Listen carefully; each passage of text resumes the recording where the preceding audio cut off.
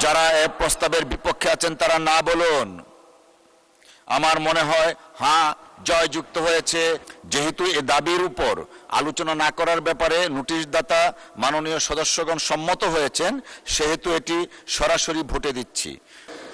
আমি সালাউদ্দিন আহমেদ, স্বরাষ্ট্রমন্ত্রী, মাননীয় প্রধানমন্ত্রীর পক্ষে প্রস্তাব করছি যে সশস্ত্র বাহিনী বিভাগ খাতে 2027 সালের 30 জুন তারিখে সমাপ্ত অর্থ বছরের প্রয়োজনীয় পরিচালন ব্যয় নির্বাহকল্পে মহামান্য রাষ্ট্রপতিকে 43,90,00,000 টাকা মঞ্জুর করা হোক।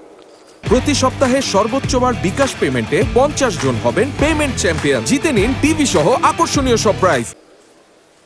ধন্যবাদ। ধন্যবাদ মাননীয় স্বরাষ্ট্রমন্ত্রী। মাননীয় সদস্যবৃন্দ, যেহেতু এ দাবির উপর আলোচনা না করার ব্যাপারে নোটিশদাতা মাননীয় সদস্যগণ সম্মত হয়েছেন, সেহেতু এটি সরাসরি ভোটে দিচ্ছি।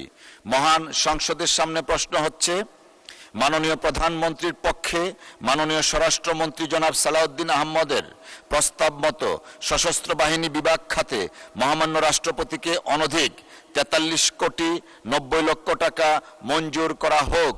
যারা এ প্রস্তাবের পক্ষে আছেন তারা হ্যাঁ বলুন। যারা এ প্রস্তাবের বিপক্ষে আছেন তারা না বলুন। আমার মনে হয় হ্যাঁ জয়যুক্ত হয়েছে, হ্যাঁ জয়যুক্ত হয়েছে, হ্যাঁ জয়যুক্ত হয়েছে। অতএব দাবি নম্বর 18 মহান সংসদে গৃহীত হলো।